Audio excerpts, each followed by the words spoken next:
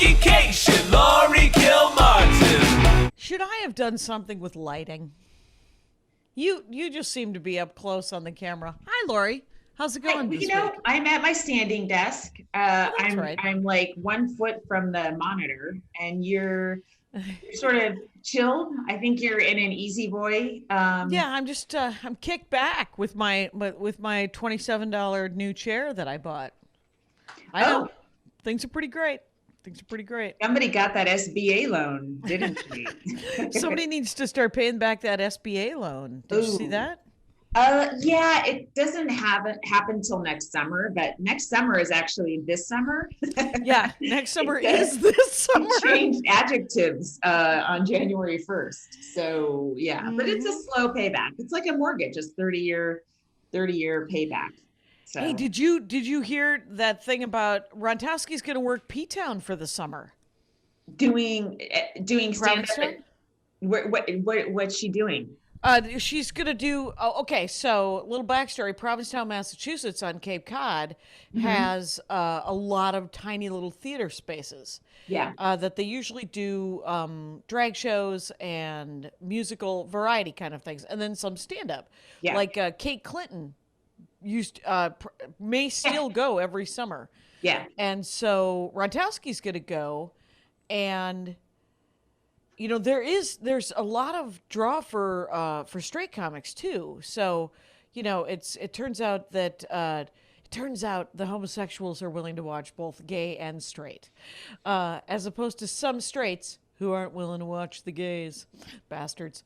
Anyway, I feel like that's everyone's sort of on board now. Right? That might be over. When we started, it was more that, for sure. I mean, yeah, Ellen's success, and she's so successful that she could actually be mean to people, shows me that civil rights has really advanced for our gay Americans. Things are coming right along, you guys. Yeah. It's there's an opportunity to be a jackass for everyone. And when you can be as mean as a straight person, a straight boss, you have really accomplished something. So again, that's another, in my opinion, feather in Ellen's cap. Well, good for her. And anyways, but it's I want that gig. Well, I know I was slightly jealous, but then I was just, because one time, and it's going to be great, and everyone should see, because she's going to do bunch of shows every week. They'll put her up for the summer. She'll get to be on Cape Cod. And it's steady work after quarantine, right? Yes. After when we go back into our lives. Wow. And so, and I know that a lot of theaters are dipping into sort of sponsor stuff to have shows again. Right? Oh, they are?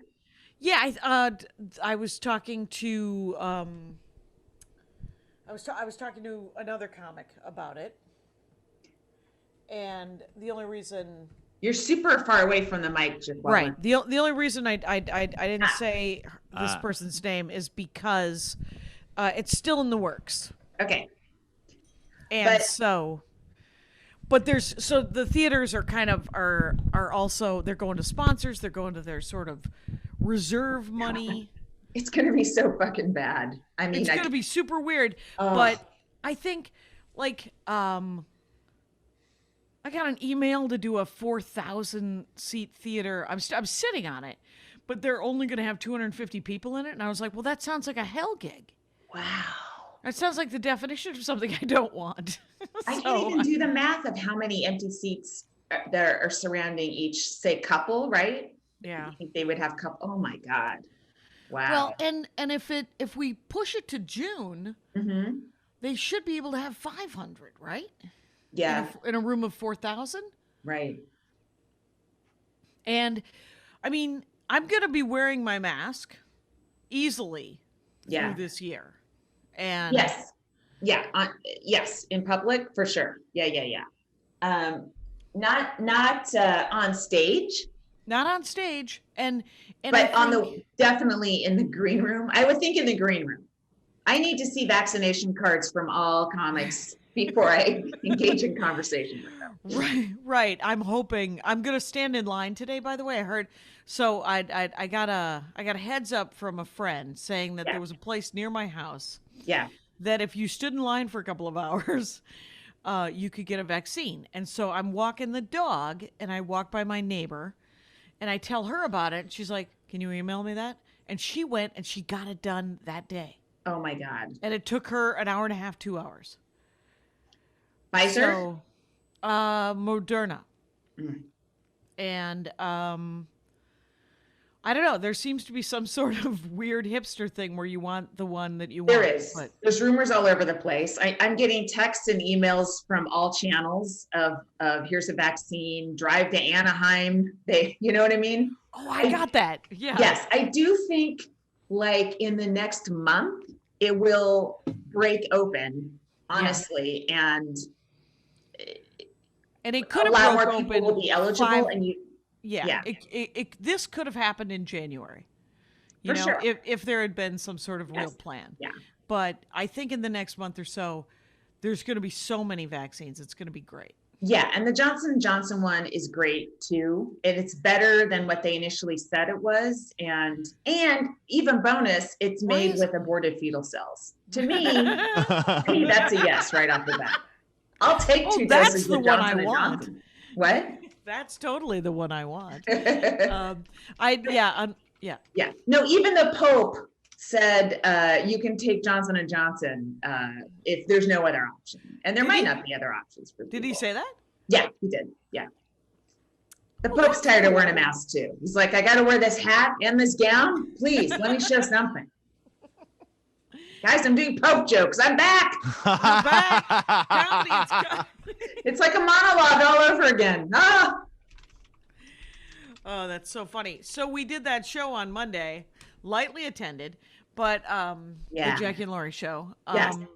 I think we had I had too many big shows to promote it as well as I ought to, sadly. Right. And I think like we could take a month off.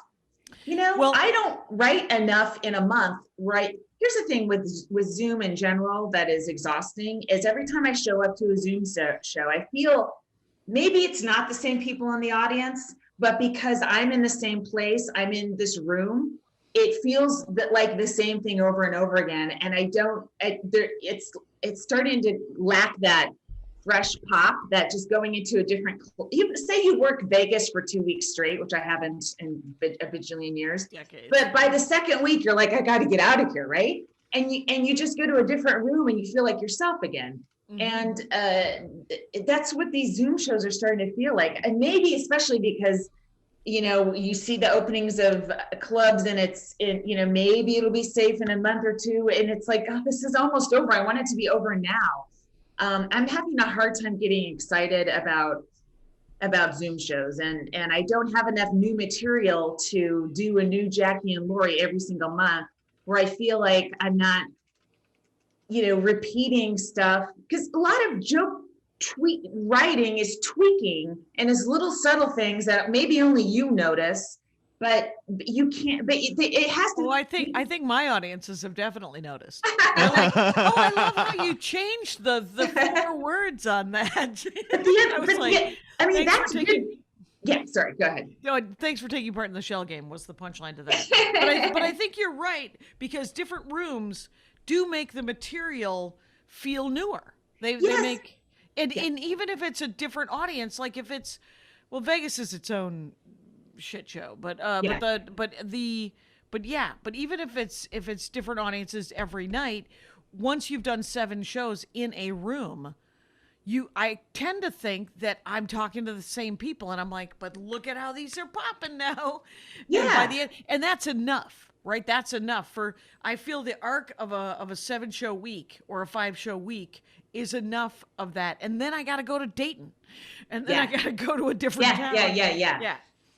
So it's hard to it's just hard to feel excited about material when you feel like these people have seen it before, even if they will tell you, hey, we still enjoy it or whatever, or we just want to be out. What's funny is I did so many sets this week that I did and I saw Ruben. In the last week and a half, I've seen this guy, Ruben, who comes to a lot of shows, like 3 times. 3 times. And I was like, hey, man. And he's getting stoned every time. And he's such a good sport, though. He's there. He's there for the jokes. Well, now, in that case, Ruben could be a fresh audience member at every show. I would, yes, caveat, if you promise to get high before all the Jackie and Laurie shows, we'll have them every single night. On it. It will feel fresh. Yeah, I wasn't going to do a show tonight for the Sunday show. But some woman preemptively paid. And I was like, I could either give her $5 back or just do a set. Just do all the work that is a Sunday comedy services. Oh my God, so Jackie, you are cheap. You are a cheap hire. I like to think of it as frugal. And, but yeah, it was, so it might just be me and her, but, though I did do, what did I do? Oh, I did TikTok Live for the first time. With TikTok Live, you cannot add someone like you can with Instagram Live. Okay. You know, that weird, I'm not that excited about Instagram Live, but I didn't know what I was doing with TikTok Live, so I printed the Sunday flyer. Yeah. And I was like, here you go, guys. And I don't know what I'm doing on TikTok. All I know is the easiest thing to cut up into clips is my Horcrux special, and it's only 60 minutes. So that is 60 clips. But here's the thing, we're Gen X, so we're not fucking up TikTok. Apparently, according to this morning's Twitter feed, the millennials coming after Generation Z are fucking up TikTok with their lame attacks on them. We can just sit, watch, release our comedy clips, and let those two fucking pieces of shit generations attack each other.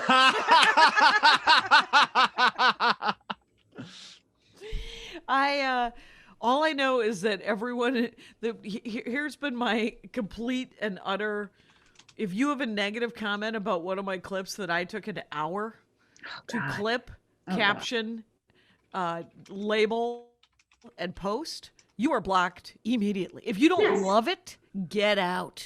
I don't have time for you, or I have spent so much fucking work on this TikTok post that even I didn't laugh. And I'm like, follow back to them. Oh, you don't follow me? Block.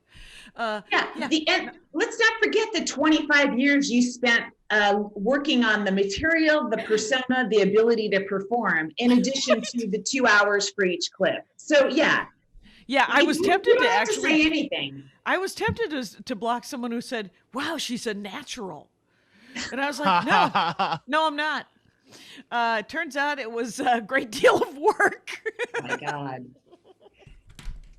You know, the people that are naturals, I think, have a tougher time after a while. I think it's really helpful to bomb for several years because you realize how hard it is. And then you're like, if I want to keep going in this direction, I have to do a lot. And I think oh, go ahead. Can you think of a natural? I can think of a natural who that is exactly a problem for.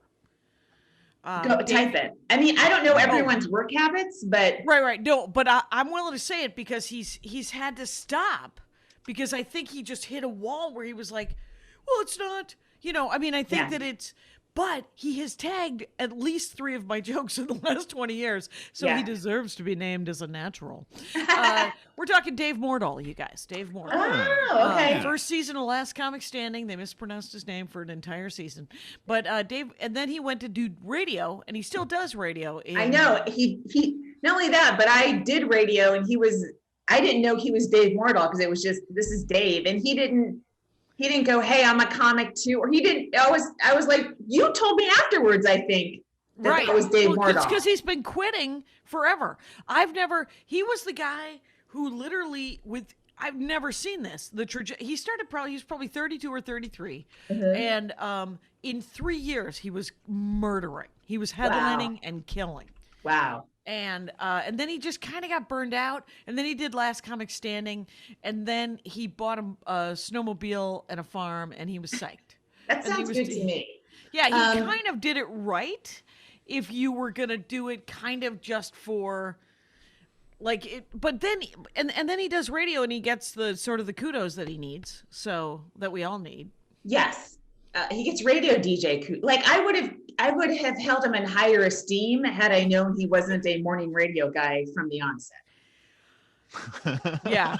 Sorry. No, agree. I'm sorry. Hard agree.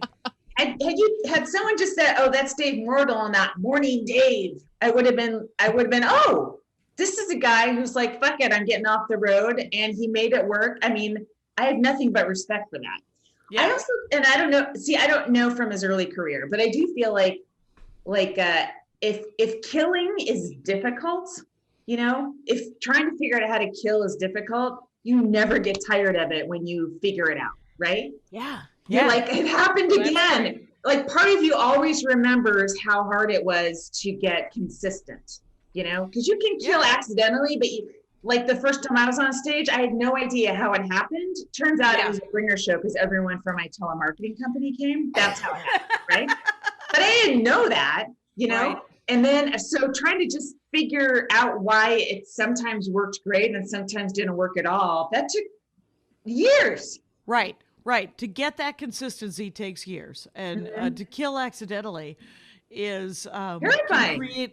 And it can create an ego problem that makes the rest of us want to murder you. And so I did our show on Monday. I did KO Comedy on Tuesday with Ruben. I love KO Comedy. And it is a wild show that runs way fucking long. If you're late in the show, start a pot roast. That's what I say. Brian Jacobovitz, I did his Wednesday show. I did The Pack on Thursday. Wow. I did I did a Bay Area show on Friday with a guy named Ira. Mm-hmm. And on Saturday I did the Cabin Fever show out of New York. That was last night. And tonight I'm doing the Sunday services with Funches is doing it, Kira's doing it, Carmen's doing it for guesties. Do either of you want a guestie? 9:00? Yeah. You want it, Kyle? 9:00? Yeah. Hell yeah. All right. I'll send you the link. Are you offering it to me too? Yeah. All right. What time is 9:00? I normally wouldn't ask this. Normally I'm an automatic yes, but what time is the Meghan Markle Oprah interview? Isn't it going to be available more? And how can you possibly care? I haven't. My two questions. Yes, it will be, but that might be the one thing I want to watch as it's happening. But I think it's early, right? Can we look this up? All right, I'm on it. All right, and I have to say, WandaVision, which I know you haven't watched yet, right? But I would. I read a really kind of interesting article in the LA Times about how it was such a great examination of grief, which might be interesting for you, just because everyone I love has died. Yeah. Thanks, Jackie. Yeah, thanks for the reminder. Little bit of a reminder, minute 12. I don't know. But it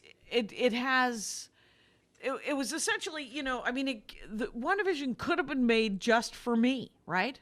Yeah. I am buried in a long box of comic books, and I'm willing to, and all the conspiracy theories that all the fans thought, they were like, oh, I think this is the real bad guy, and that's this. It is not. It isn't. We were wrong. It turns out they were just writing a great story, and it wasn't an amazing convoluted story just for the Marvel fans. It was for everybody. And so it has these kind of great homage to all of our childhood sitcoms and we're talking everyone's childhood sitcoms, like Modern Family. Yeah. I was not a child when Modern Family was a sitcom. No, not Modern Family. I was thinking of the Michael J. Fox. Family Ties? Yes. That was also great. Addressed, as was Malcolm in the Middle, and Brady Bunch, and Dick Van Dyke, and Bewitched. Brady Bunch. And it was pretty awesome. It was, the whole thing is just, and I have to tell you that Elizabeth Olsen, her acting was epic. Was literally worth. She did accents. Her accent changed as the sitcom changed. Wow. She had a 1950s Bewitched accent, and then she had a 1970s Brady Bunch accent. Mm-hmm. And then she has a Malcolm in the middle. And you're just like, and she has to do sort of her original character from the movies. And she's got this emotional gravitas because everyone she's loved has died. And wow, so, I actually, when I start dating again, I'm gonna want to know how many people this dude has lost. It's got to have been enough so that we have something to talk about. But give me everyone, because I don't want you to jinx. I don't want to die too. right. Okay, so this thing's at 8 p.m. tonight. So it might be over. If you want to go late, you can go up at closer to 9:30. But you know what? You can play it by ear, Laurie Kilmartin. It won't be. I just counting on it. 2 minutes because I'm afraid everyone's heard everything. How about put me up? Yes, I'll go up, and I'll go up late into it. Yeah. I was going to pitch an idea for work based on it if it's something, and I was kind of hoping to die I just wanted to reserve time for myself to do that, but it'll just be a couple minutes. So yes, because you just want to run some stuff. That's great. Yeah. I watched. Speaking of accents, Jackie, mm-hmm. I was so excited you gave me a segue. It's like a morning radio show. Take it back. I watched Capitani this week on Netflix, and it was really, really good. It's all shot in Luxembourg. It takes place in this little tiny Luxembourg village where everyone knows each other, and they're all fucking each other, and they're all gossiping. Like the ones that aren't are gossiping about the ones that are. It's like the worst small town ever. And a murder happens, right? And they bring in the big city detective. Big city is Luxembourg City, which is like this, the size of Glendale or something, right? But still, it's so beautiful, and it reminded me because they have so many shots of forest. There's so much forest land in Luxembourg. It's really pretty, and it was really good. And they do it all in Luxembourgish. Obviously, it's subtitled, but I as an unofficial ambassador, right? I encourage everyone to watch it because they'll shoot more shit in Luxembourg. It's good for the duchy and for my future king and queen. And also, it was just really good. It's not like a pity watch. It's actually a really good, weird, and it was did it have good weird show.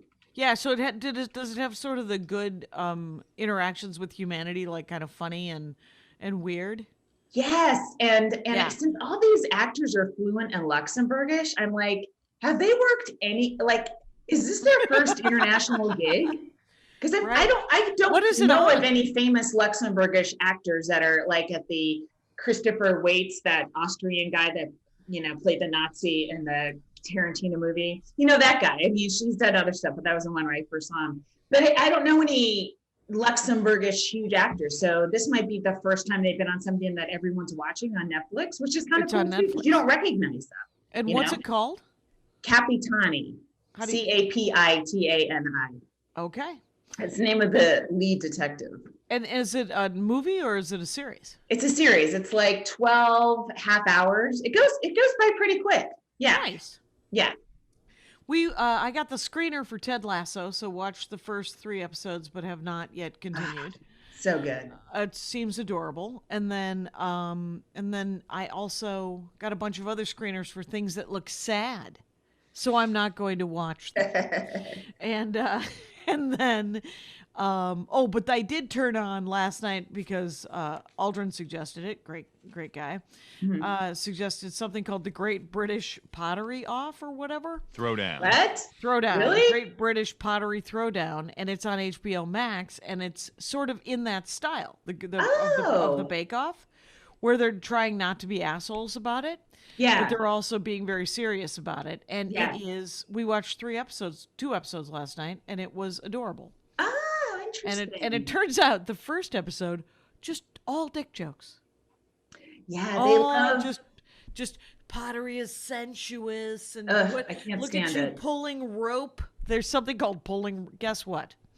They do that on Bake Off? You know, they'll have Prue going, "Oh, I'm concerned about your big nuts," and then everyone giggle. I'm like, is this comedy in Britain? Bring me over. I got better jokes than this. I need a crowd like this. But I'm sure they're editing in some laugh from something else, because I'm like, there's no way that could be getting that big of a laugh. But they do the same thing I watched a couple of this one called Blowing. I think it's called. Blown away or blown. No, whatever the glass one is. The glass blowing one. I They watched fucking that. call I'm so angry. I'm knocking things over. They call their kilns glory holes. I'm like, dudes, come on, just stop trying so hard. It could just be a kiln. Oh God, they're just going for something. I don't know what to tell you. Mm-hmm. Kyle, I'm curious, but I want to ask, but I'm having a lovely time. Mm-hmm. Where are we at? 25. All right. I did almost no comedy this week. Oh, really? I did our show, and I apologize that the fire alarm went off during our show, during your set. That was me. Yeah. Mm-hmm. I was, I find it hard to like watch an entire show now, just to be on Zoom. So if I do other things, like I put the show on the iPad or bring it to the kitchen and put it on mute and stuff, I can still enjoy it while I'm doing shit. So I didn't realize I wasn't making noise during your set, but as always, the fire alarm goes off when anything's in the oven. When anything's in the oven? Yeah, it's too close to the kitchen. Okay. So if it's above 375, it will go off. And I forgot. So I'm sorry. I felt really bad. I forgot about it. So okay. You're doing great. I'm reopening old wounds. Okay. Right. But I have this to say is that that's nice of you to bring the Zoom. One of the things that genuinely bothers me about Zoom, and I am speaking about people specifically, but if you're listening to this show, no, it isn't you. I want to leave the room. You ever at a comedy show? Yes.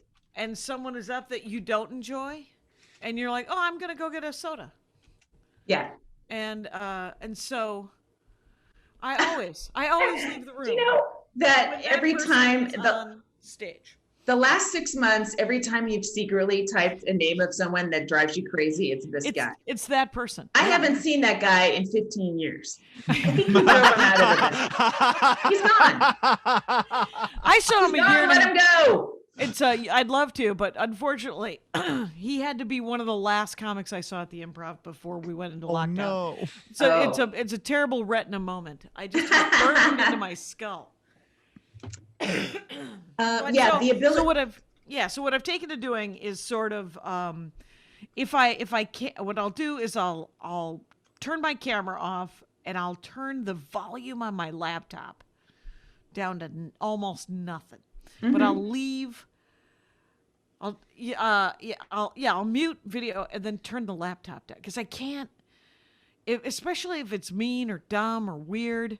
Last night, actually, in that Cabin Fever gig, Mike O'Keefe must have moved from from Michigan to New York.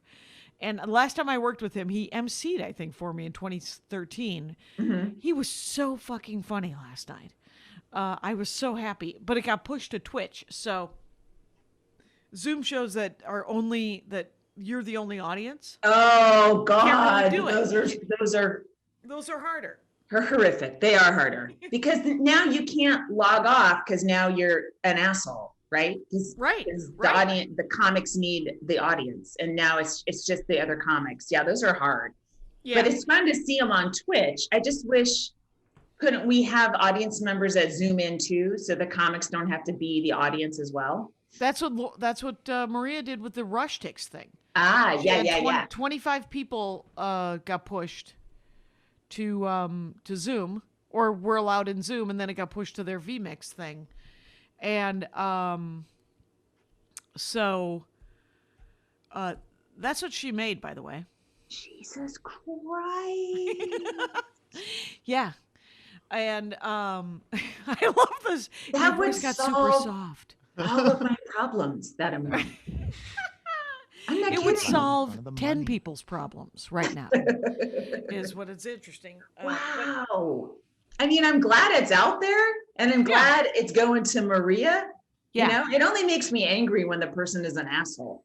Right, and doesn't share the wealth. Yes, and now Maria completely I does. admire. Yeah. I admire that is aspirational. It is aspirational. It's amazing. Infuriating. Yeah. Yeah. So Wisconsin has my brother calls me 4 times yesterday. My brother Russ. 8 a.m., 9:30, 12:30, and then 2-ish. And by 2-ish, I'm playing a game. I'm playing an online Hero Instant game, RPG, with Kyle, by the way. Kyle is in this game and he's the game master. And Kyle plays a very powerful scientific monkey. Chain-smoking mean monkey who's a doctor. So anyway, I'm like, well, maybe it's my dad. Maybe it's something real. Or it's some television, like sometimes he wants to tell me a story about television. Russ? This one, Russ. He's an econ professor at the University of Wisconsin Whitewater. He's a PhD, Dr. Kashian. And so he calls me and I'm like, what is it? You've called me several times. What is it? And he was like, I have a really funny story. And I was like, keep it tight. I gotta get back to this thing. And he did. He kept it so tight. I'm sure he wanted there to be more nuance because it was him being kind of him doing that thing in public where you call people on shit. He loves this. He loves that stuff. Where so he's in a local grocery store in Wisconsin called Piggly Wiggly. Piggly Wiggly. I've been to those. Oh yeah. I thought that was a southern chain. They're up in Wisconsin. Well, it must have too? made it to Wisconsin when Paul Ryan got into office. It's a that's white a slam supremacist on everybody. chain. But here's okay. So there's Russ has got the vaccine. He's been vaccinated because he's a teacher, and he's in the Piggly Wiggly. He's wearing a mask, and he sees a guy like 18, 19 wearing a mask, but his mask says UW Whitewater, where Russ teaches, and he goes up to him. He goes, "You go to Whitewater?" And the kid goes, "Yeah," and he says, "What are you doing here?" He said, "Well, my parents live nearby, and they haven't been vaccinated yet, but they need groceries." And Russ goes, "I'd like to hire you. Here's my card. Come into my office at Whitewater when you on next week." And he must have said it loud enough that because the manager's like, "Well, why do you want to hire that guy?" And he goes, "Because he's clearly someone who's willing to lead by example. He's wearing a mask, and he respects his parents enough to help them." Nice. And so that is a young man I want to employ. And the manager of the Piggly Wiggly goes, "Well, I want to hire him." So now it's like some sort of weird bidding war. And so Russ turns to the kid and goes, "Do you have a job?" And he goes, "No, but I'd rather work at the Pig because it's right around the corner from my parents' house." And Russ goes, "All right, but you have my card. When you're done working here, come find me." Nice. And so, I love it. Right, because Russ said that there were 2 other guys that guy's age, who didn't have masks in the store. Wow. And Russ was like, I'm being driven mad by these little shits. Yeah. And Russ has been vaccinated. You know, he's like, we're all wearing masks till at least June 1st here. And he like made the announcement like he worked there. I mean, this is a classic thing. You know, at my wedding, he went into the Chinese kitchen to make, he wanted to make something else. He didn't like the food. Well, Let's take a break. Yeah. What? You want to take a break? Sure.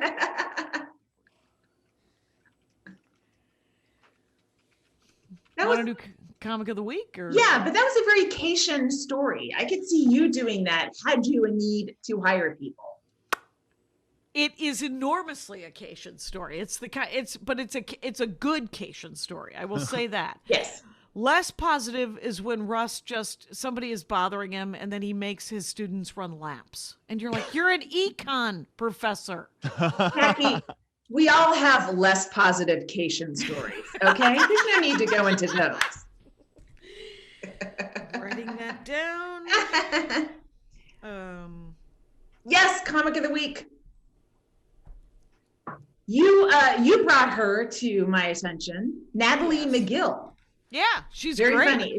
The clip we saw was from a DC room. Is she from DC, or is that just where the I believe show so. I believe so. Yeah. Yeah.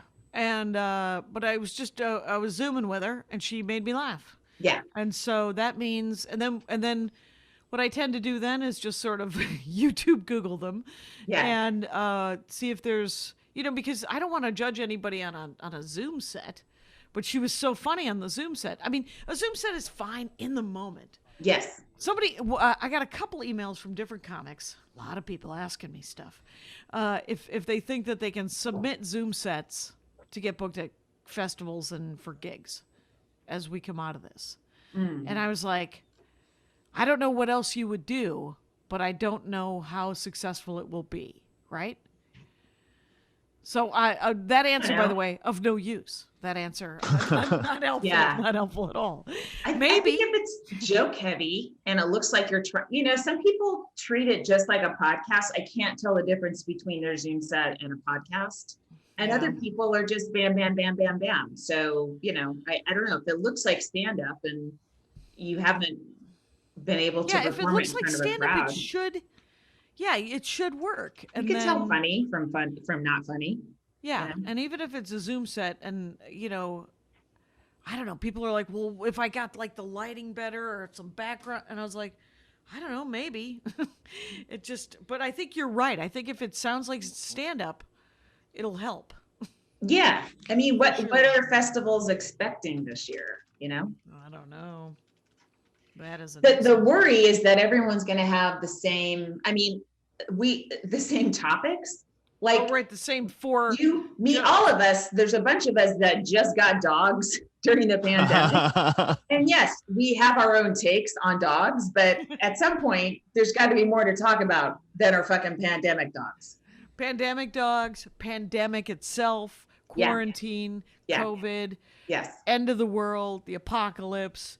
I just there's 9 topics that I'm like, well, I have 3 of those. I wonder if I should do them as rebuttal or if I should just do other material. Mm-hmm. And I've chosen both of those. Yeah, I am, the fact that my mom went all the way and died. Yep. Gives me a competitive edge in this business. Aw, yes, it's true. You got an in. You got an in, lady.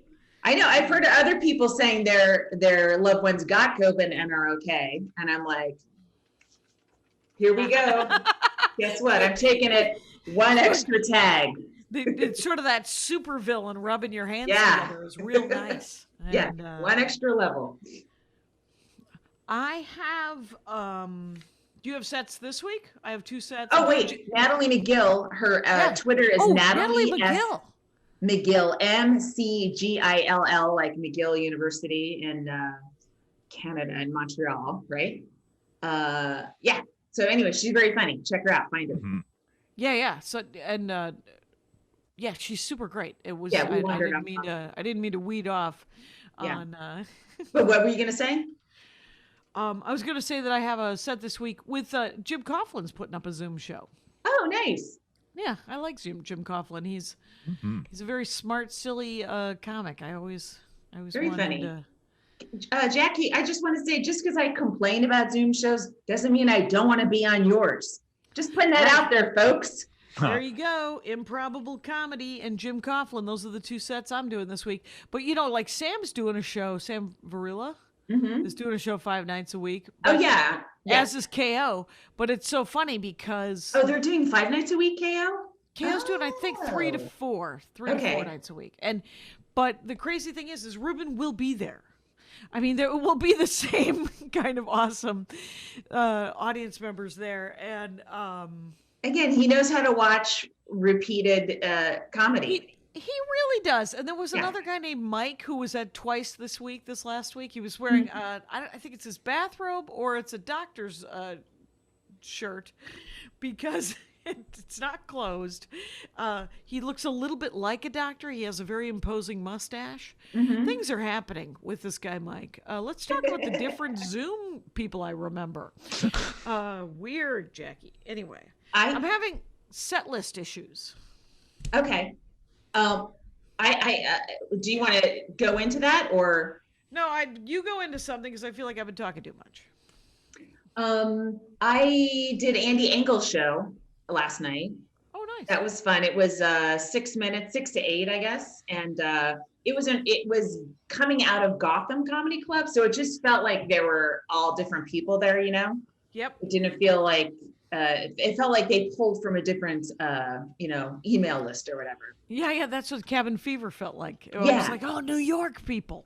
Yeah, like, oh, they haven't seen this stuff, I'm pretty sure. Yeah. So that was pretty fun. And then I saw some funny comics during the time I was watching the show, which wasn't all of the show.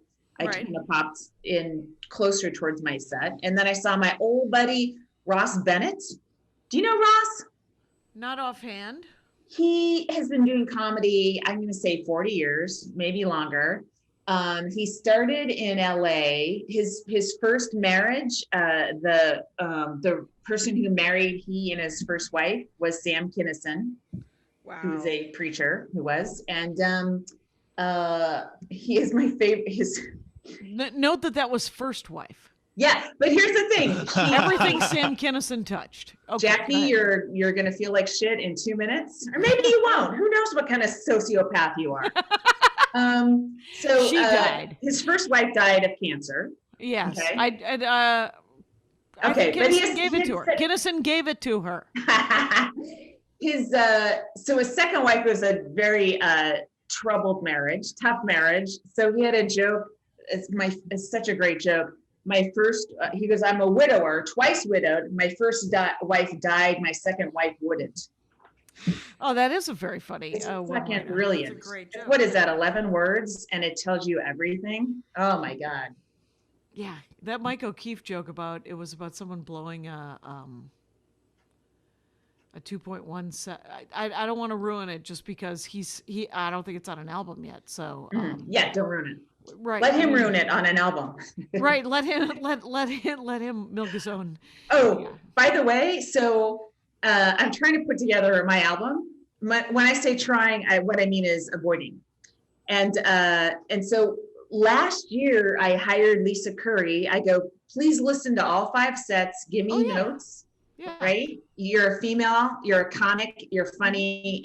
I need your input, right? So she did all this. And as I was searching for her notes, I came across an email from me last year in April going, hey, no pressure, but could I get this stuff ASAP? And it's like been almost a year and I haven't done anything with it. Oh my God. Yeah, no pressure.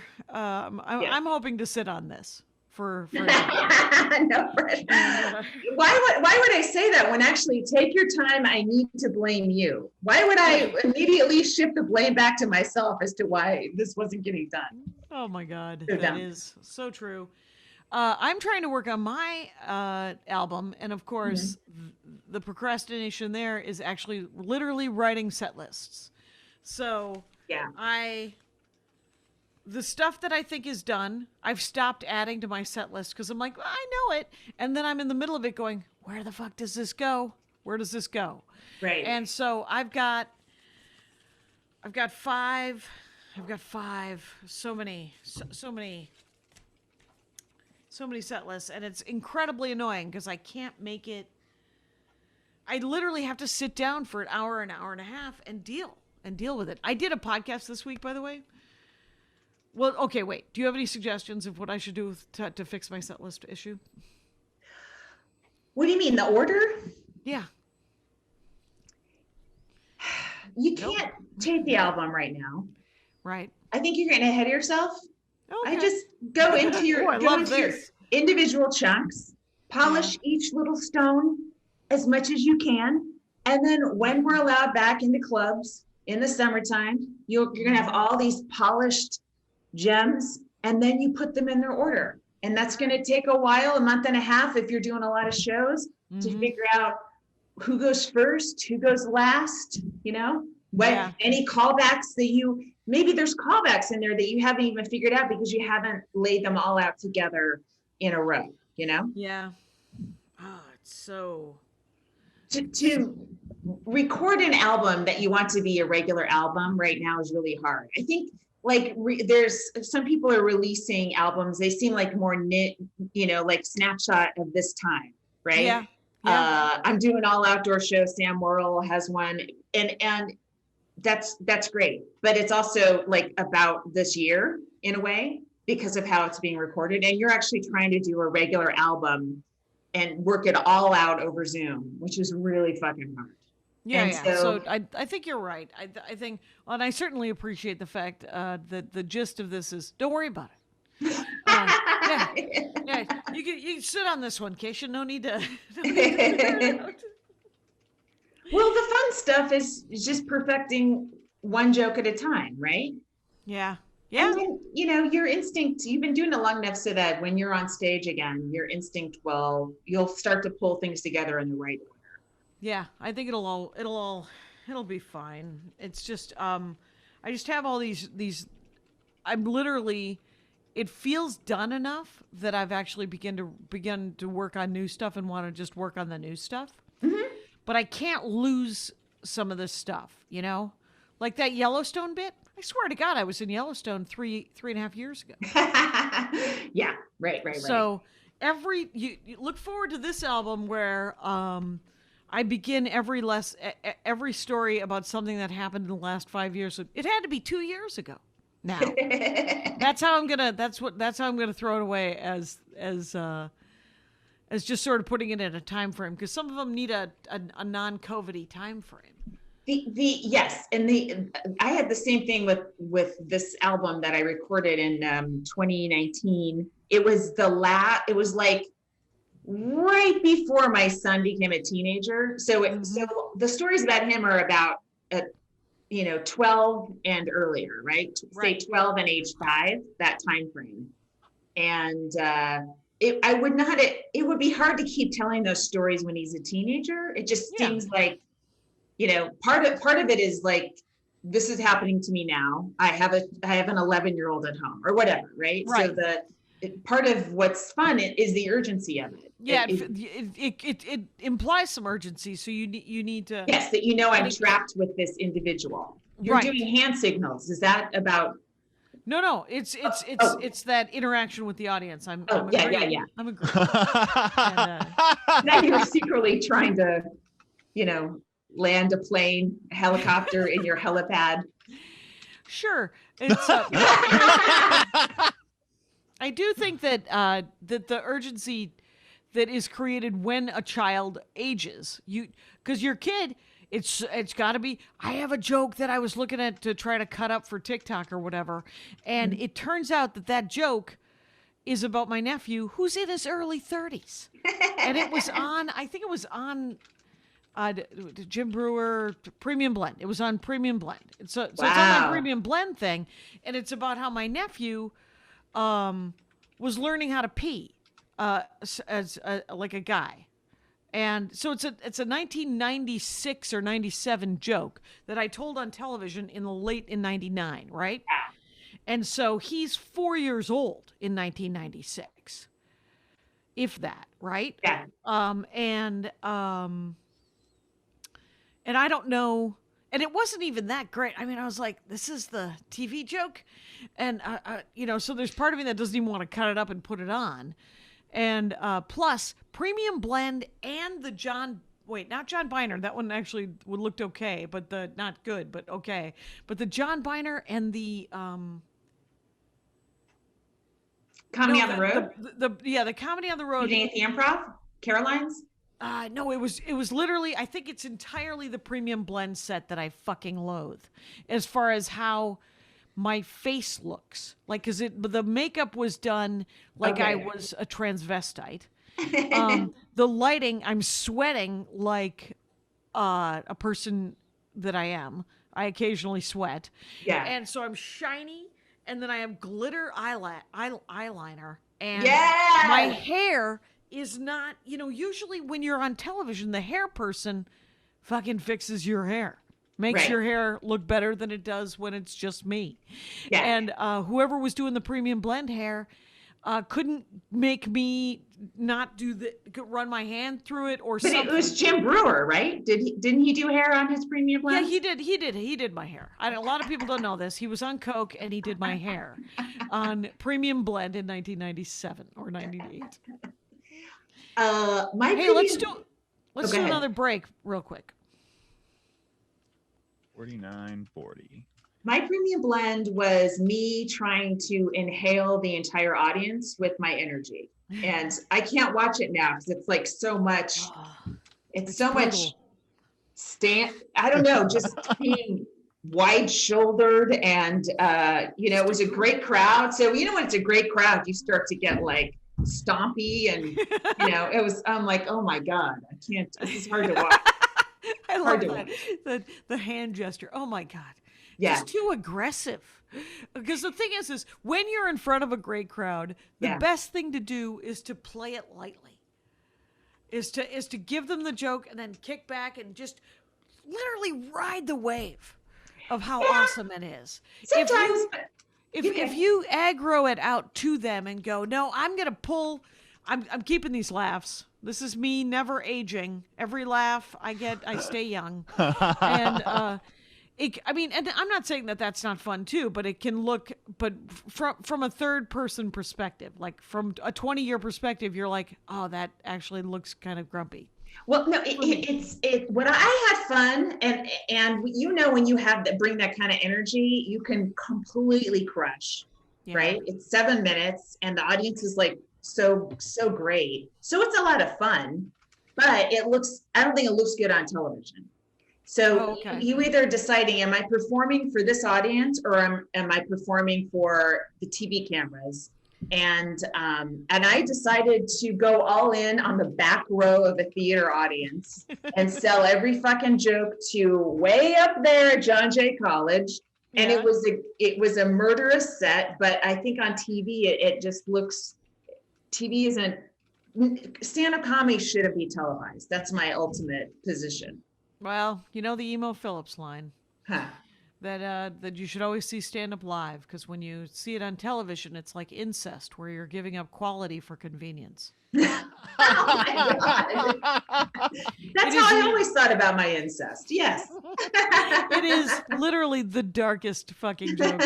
Emo Phillips, he writes something that good, but not that dark, every 12 minutes. I'm certain of it. Emo Phillips is one of the greatest writers in my mind. Yeah, it's I wonder, that must be how his brain has always worked. I don't think, you can't train your brain to be like that, right? You just must be born with the economy of words. It's right? the Dork Forest I did this last week with Proops, where I've been cutting clips of this, and I've been cutting clips of the Dork Forest and then just posting them, and it's been kind of fun. I wish I had someone to listen to the Dork Forest and pull clips like I do for the Jackie and Laurie show, but I haven't asked. So that turns out I'm never going to get that if I don't ask, it turns out. So I don't know if anybody listening to this also listens to the Dork Forest and knows how to cut audio clips, but email me. Oh, by our reviews on the Jackie and Laurie show, they all listen to the Dork Forest. Oh, and they all like you better. Well, I don't know what to say to that except for good. You've chosen wisely. What just happened there? Where are we at, Kyle? 53. You got it. What do you got for sets this week, Laurie and Martin? What week is it? I don't know. What week is it? We're in March. The 8th will be Monday. I actually next week picks up. I got a live outdoor next week. Oh, there we go, Jackie. I have equipment that's taking up 300 square feet of my garage, and we've never done a live show. I was going to ask you. I was going to tell you that if I can get vaccinated, if I can stand in line and get the first shot, I'm willing to do outside shows in your backyard. Yes, great. Okay. All right. Great. Because we do have a great deal, but we used Patreon money, so and it was money well spent. Yes. And it's being stored in your garage, which I also love. It is. And, And I said yes to the first 2 boxes, and then the next one can't be called a box. It's more of a shipping container. And it's well, if you open up the little one, that's no longer a box. That's just a mic stand. I haven't opened anything up. I know, because why would you? Well, they're it'll just get easier broken kept and together. stuff. Yeah, Yeah. it's just better kept together. Nice.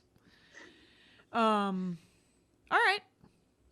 Well, I'm actually looking forward to that.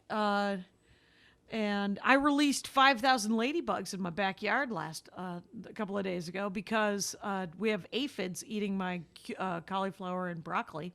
Oh my God, that's such a my dad problem from the 70s. I love You could just you could pour 1,400 ladybugs on your plant at just after dark, and then the next day, almost no aphids left because they eat them all. Wow.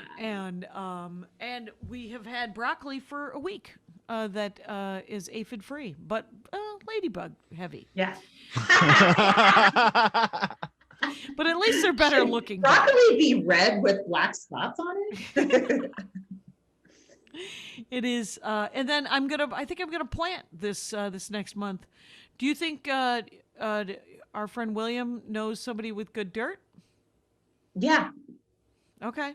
Yeah, he can do all of that stuff. I'm not this room and my son's room. I'm combining them into one room. When are you gonna do that?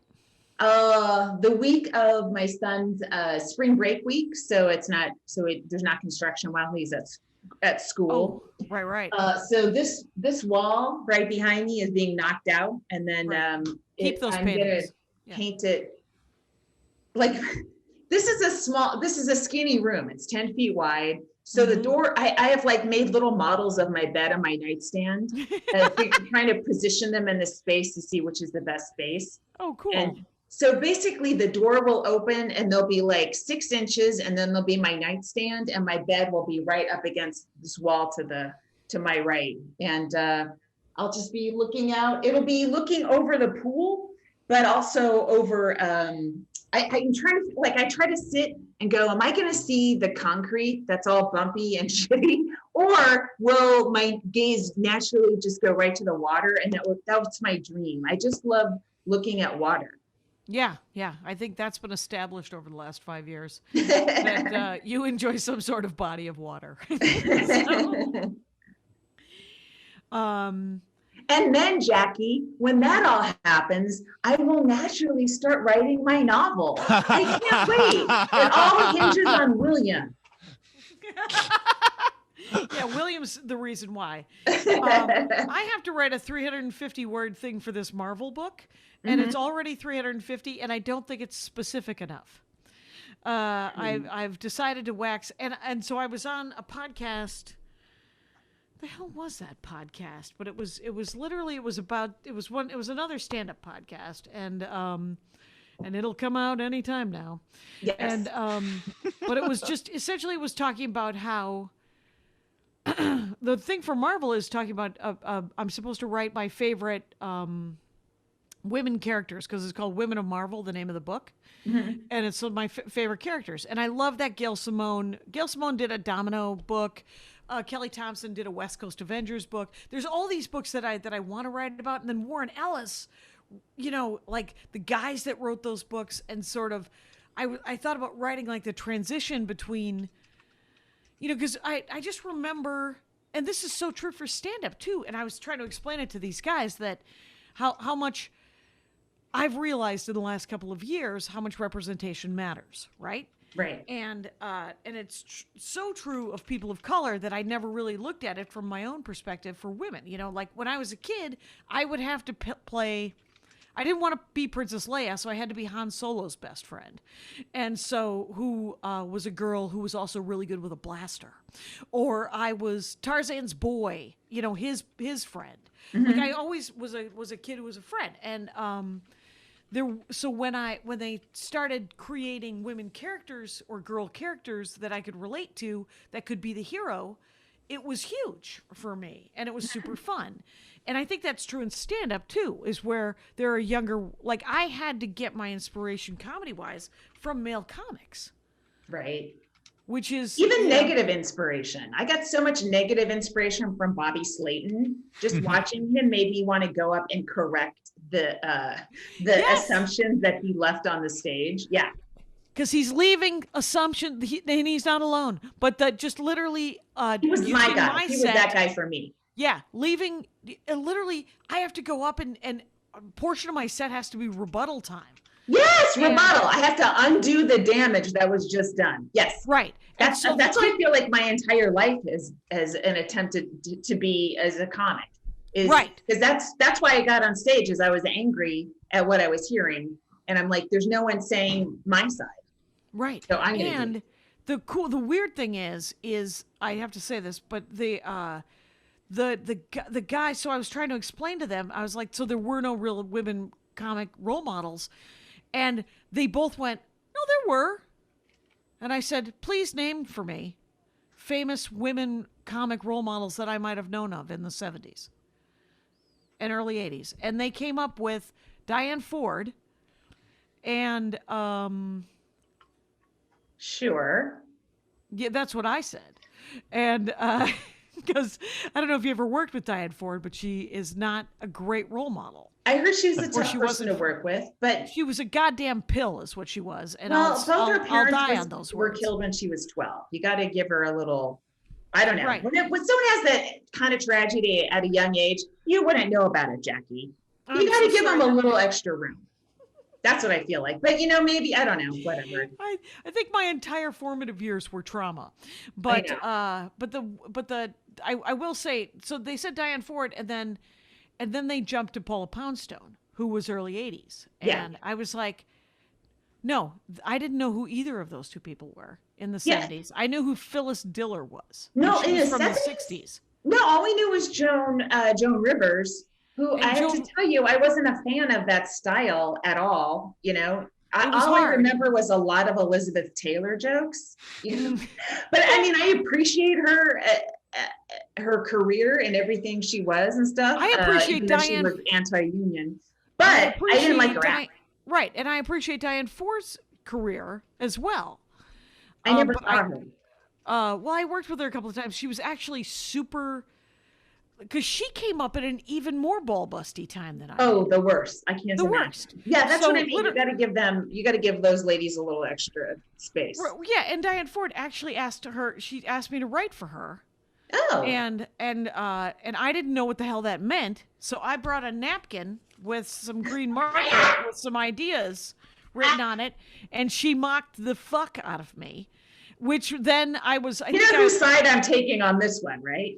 Well, you know what I said when she said what? She grabbed the napkin with two fingers and she was like, "What is this?" And I said, and I looked at her and I said, "Who asked who to write for them?" The next generation comes up. Look out, Diane. Bam! I was Z right in her face. I was millennial right in her face. I was a hot upstart. You want to call it? Yep.